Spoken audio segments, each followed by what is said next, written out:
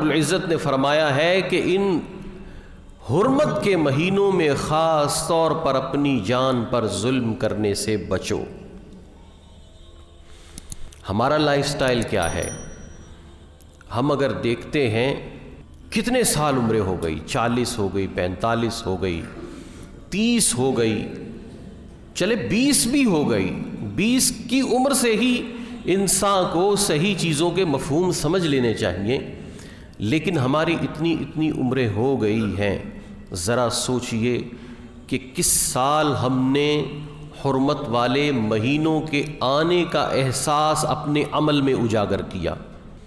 ہمیں اس چیز کی فکر ہی نہیں ہے، مہینے آ رہے ہیں، جا رہے ہیں، آ رہے ہیں، جا رہے ہیں، ان مہینوں کی کیا تقدیس ہے، ان مہینوں کا ہمارے لیے کیا رتبہ ہے، ہمیں اس سے کوئی سروکار ہی نہیں۔ ہمارا لائف سٹائل یہ ہے، سردی آئی تو سردی کے کپڑے سلوا لیے، گرمی آئی تو گرمی کے کپڑے سلوا لیے، سردی زیادہ ہوئی تو ہیٹر کا اہتمام کیا، گرمی زیادہ ہوئی تو اے سی چلا لیا۔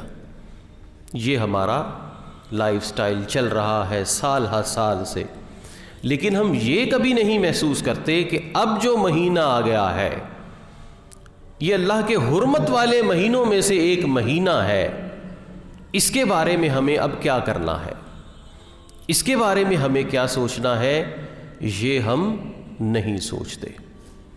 جب بھی رجب کا مہینہ اس کی ابتدا ہوتی تو اللہ کے حبیب علیہ السلام اللہ سے دعا کرتے، اللہم بارک لنا فی رجب و شعبان، اے اللہ ہمیں رجب اور شعبان میں برکت عطا فرما، وبلغنا الرمضان، اور ہمیں رمضان المبارک تک پہنچا دے۔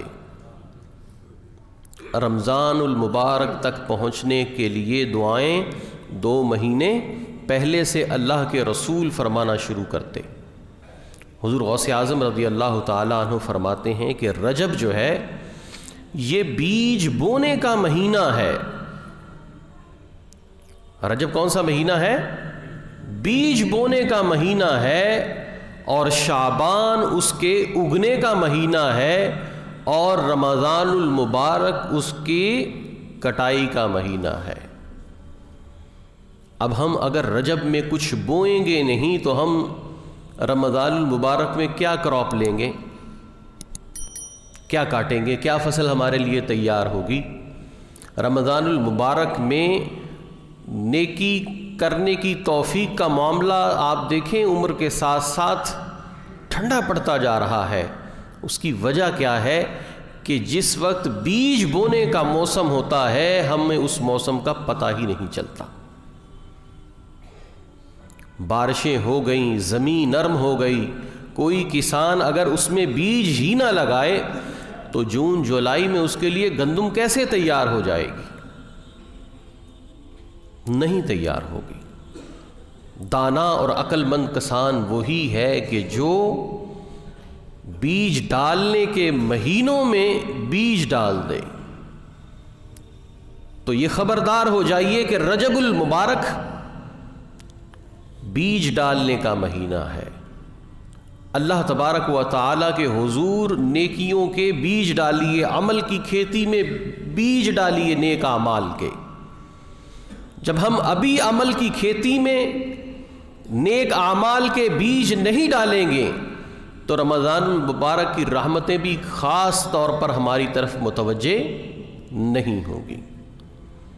ہمیں اسی مہینے میں، اسی عظیم مہینے میں یہ کوشش کرنی ہے کہ ہم اپنی طبیعتوں کو، اپنے اعمال کو اعمال صالحہ کی طرف متوجہ کریں، اور وہ برے اعمال کے جو ایک تسلسل سے ہماری زندگی میں چل رہے ہیں اس مہینے سٹاپ کر دیں کہ اللہ تبارک و تعالیٰ نے حکم دیا ہے کہ ان مہینوں میں اپنی جان پر ظلم نہ کرو۔ ویسے تو ہر لمحہ اسی لائق ہے کہ اپنی جان پر ظلم نہ کیا جائے، اپنے لیے دائمی غم تھوڑے سے وقت کی راحت کے لیے اکٹھا نہ کیا جائے، اپنے لیے آخرت کا خسارہ دنیا کے تھوڑے سے نفع کے لیے نہ اکٹھا کیا جائے، لیکن خاص طور پر ان مہینوں میں یہ ہم سب کو توجہ کرنی ہے کہ رجب المبارک کا یہ بابرکت مہینہ ہے، یہ حرمت والا مہینہ ہے، اس میں ہم احکام کو پامال نہ کریں۔ اپنی دشمنیوں کی جو بساط ہے اس کو لپیٹ کر رکھ دیں۔ ہم کہتے ہیں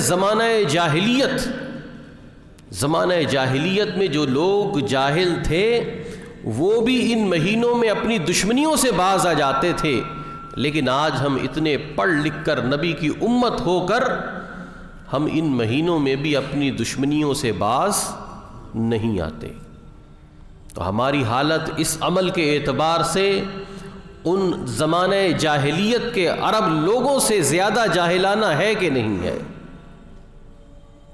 ہمیں ہر کسی کو سوچنا چاہیے اور ان مہینوں کی پامالی سے بچنا چاہیے کہ جو اللہ کے حرمت والے مہینوں کی پامالی کرتا ہے اللہ کی قدرت پھر اس کو بھی پامال کرتی ہے۔ اللہ رب العزت ہم سب کو اعمال صالح کرنے کی توفیق عطا فرمائے۔